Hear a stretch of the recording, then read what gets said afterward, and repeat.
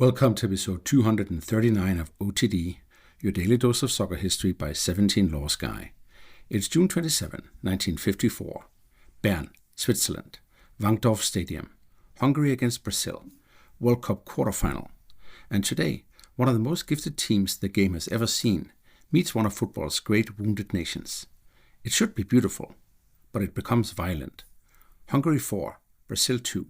42 free kicks, 2 penalties, 3 players sent off, players fighting, officials fighting, journalists and photographers on the pitch, and after the final whistle, the violence continues into the dressing rooms. This is the Battle of Berne. But how did we get here? Start with Hungary. By 1954, the Magical Magyars, the origin of which we talked about in episode 216, are the team everyone fears. Olympic champions in 1952, unbeaten in official matches for more than 4 years. Ferenc Puskás, Nandor Hidegkuti, Sandor Kocsis, Sultan Sibor, Josef Bosic, Gyula Grosics, Gustav Sebes as coach.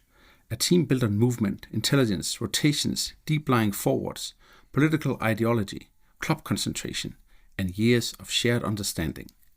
In 1953, they go to Wembley and beat England 6-3, the first non-British team ever to beat England at home. Then in Budapest, they beat England 7-1. This is not just a good team, it's a football revolution.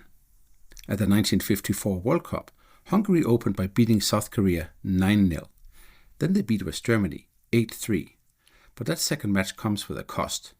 Puskás is injured after a challenge by Werner Liebrich. Hungary keeps scoring, but the captain, the left foot, the great magnetic force, is damaged. He misses the quarterfinal. Now Brazil. Brazil are still living with 1950, the Maracanazo.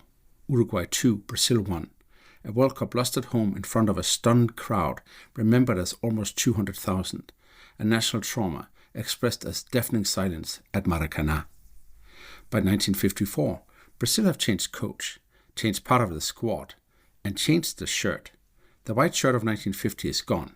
The yellow shirt is born from a design competition, and in time it'll become the most famous shirt in football. But in Switzerland, Brazil are not yet the Brazil of Pelé and Garrincha. They are gifted, dangerous, proud, and still trying to shake off the ghost of 1950. They beat Mexico 5-0. They draw 1-1 with Yugoslavia. Because the 1954 format is strange, seeded teams, selective group matches, extra time even in group draws, and then quarterfinal pairings, Brazil are drawn against Hungary. For Brazil, this is not just a quarterfinal. It is a chance to beat the best team in the world and cleanse the wound. For Hungary, it's another step toward the title everyone assumes they will win. The rain falls, the pitch is slick, the ball is hard to control. The referee is Arthur Ellis of England, one of the most respected officials of his era. He had already worked at major tournaments. 2 years into the future, he'll referee the first European Cup final. But today will define him more than any polished appointment. The match begins. 4th minute. Hidegkuti scores. Hungary 1, Brazil 0. 7th minute. Kocsis scores. Hungary 2, Brazil 0. No Puskás? No problem. Brazil look as if they might be swallowed. Then, in the 18th minute, Brazil get a penalty. Djalma Santos takes it. He scores. 2-1. The game is alive. And for a while, it is intense, but still football. And at half-time, Hungary lead 2-1. Then the second half turns. 60th minute. Hungary get a penalty after Pinheiro handles in the box. Mihaly Lantos scores. Hungary 3, Brazil 1. And that decision lights the fuse. Brazilian officials and journalists enter the field. Police have to clear them away. The match continues, but the moral temperature has changed. 65th minute. Julinho scores for Brazil with a fine attacking move. 3-2. Now the game is on edge. And then it falls over. 71st minute. Nilton Santos and Josef Bosic come together. Not a normal foul, but a fight. Bosic is Hungary's captain and a member of parliament back home. Nilton Santos is one of Brazil's great defenders. Both are sent off. Remember, there are no yellow and red cards yet. Those come in 1970. But there are cautions and dismissals. and Ellis has now removed one player from each side. The game becomes increasingly brutal. Brazil chase the equalizer. Hungary counter. Tackles become hacks. Players are cut down away from the ball. Referee, linesmen, police, players, officials, everyone seems to be trying to manage something that no longer wants to be managed. 79th minute. Umberto commits a violent foul on Giola Laurent. Ellis sends him off too. Brazil are down to 9. Umberto drops to his knees, pleading not to go, but Ellis doesn't change his mind. 88th minute. Kocsis scores again. Final whistle. Hungary 4, Brazil 2. But the battle isn't over. The fighting continues off the pitch. Reports vary in detail, and not every accusation can be nailed down cleanly, but the broad picture is clear. Brazilian players and officials confront the Hungarians. The violence moves towards the tunnel and dressing rooms. Bottles are involved, and Hungary's coach, Gustav Sebes, later needs stitches for a facial wound. Arthur Ellis later says he thought it would be the greatest game he would ever see. Instead, he says, it became a battle, a disgrace, and his only thought was to make sure the match reached its end. So what? Hungary advance, and that is easy to forget because the nickname eats the result. Hungary have just beaten the 1950 runners-up without Puskás. Then they beat Uruguay 4-2 after extra time in the semi-final. That matters enormously. Uruguay were defending world champions and had never lost a World Cup finals match.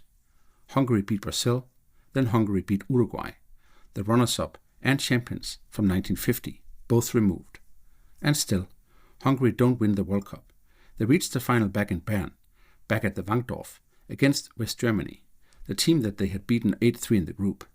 Puskás returns, but not fully fit. Hungary lead 2-0. West Germany come back. Helmut Rahn scores the winner. West Germany 3, Hungary 2. The Miracle of Bern. We'll talk about that in 10 days. The Magical Magyars' great title never comes, and 2 years later, the Hungarian uprising of 1956 helps scatter the generation. Puskás, Kocsis and Cibor eventually go west. The team that looked like the future becomes a lost kingdom.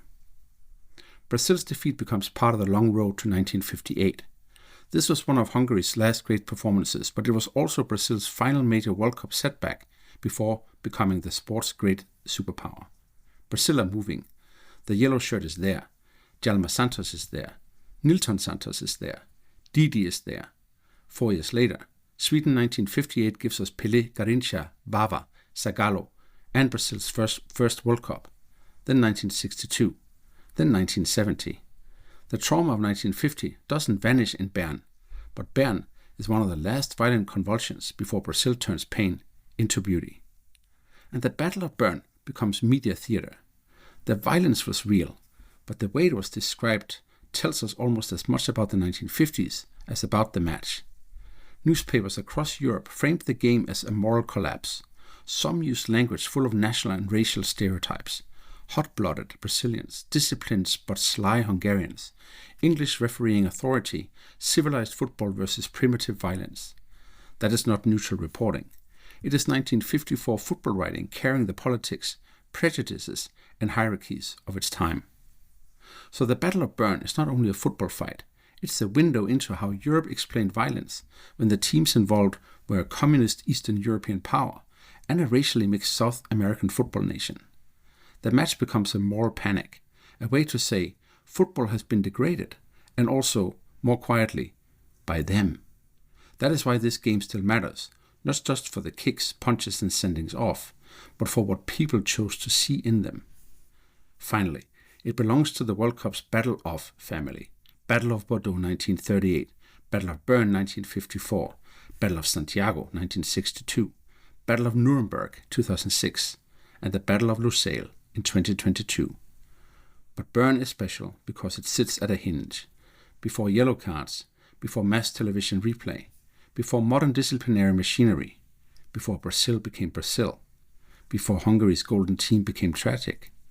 A game expected to showcase football's future instead revealed its old rage. Before we go, 3 things to take away from June 27, 1954. First, the Battle of Bern was not just violence. It was Hungary's win over wounded Brazil in a match carrying the pressure of 1950, the aura of the Magyars, and the absence of Puskás. Second, Arthur Ellis didn't cause the chaos, but he became trapped inside it. 42 free kicks, 2 penalties and 3 dismissals tell you how little room there was left for football. Third, the aftermath shaped memory. Hungary's great team moved on toward the Miracle of Bern, heartbreak, and then vanished. Brazil moved on toward 1958 and immortality, and the match itself became a warning that football's golden ages were never as innocent as nostalgia wants them to be. On this day in 1954, Hungary beat Brazil 4-2 in Bern in a World Cup quarterfinal of rain, rage, dismissals, and dressing room fighting, the match remembered forever as the Battle of Berne. That is all for episode 239 of OTD, your daily dose of soccer history by 17 Law Sky. If you like this story, please help me push the show in front of more people by rating it 5 stars and sharing it with your friends. You'll be surprised how much it helps. And if you have an idea for the show, email me at otd@17lawsky.com.